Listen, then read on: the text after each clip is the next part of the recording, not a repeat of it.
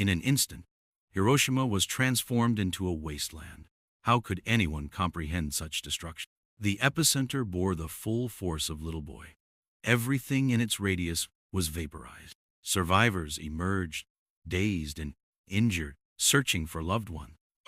Was there any hope left amidst the devastation? The burns were unimaginable.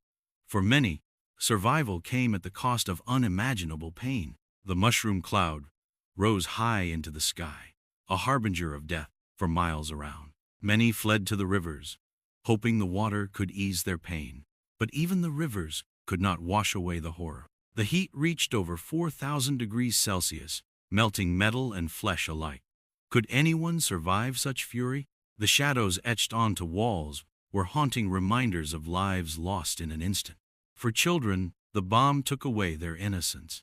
Their cries echoed the sorrow of a city in ruins. Hospitals were overwhelmed with the injured. But how could they treat wounds no one had seen before? Radiation sickness became a silent killer.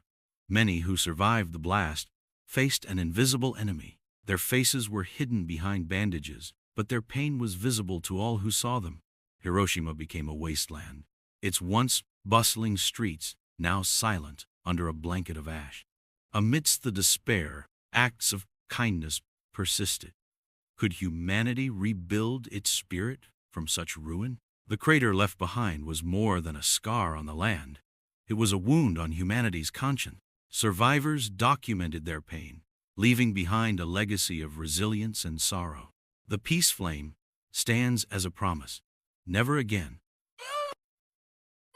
But can humanity keep that promise? The scars of Hiroshima were not just physical. For many, the emotional wounds would never heal. Every object told stories of lives interrupted and futures erased. The Hiroshima dome stood as a silent witness to the tragedy, a symbol of resilience and remembrance. The heat stripped trees bare, leaving behind blackened trunks as nature bore witness to the devastation. Prayers were offered amidst the ruins. But what comfort could words bring to such immense loss? With resources scarce, doctors and nurses fought to save lives. But could they keep up with the scale of suffering? The world watched in shock. But were these reactions of empathy or strategic calculation? The effects of the bomb went beyond the blast radius. Radiation reached far and wide, leaving no one truly safe.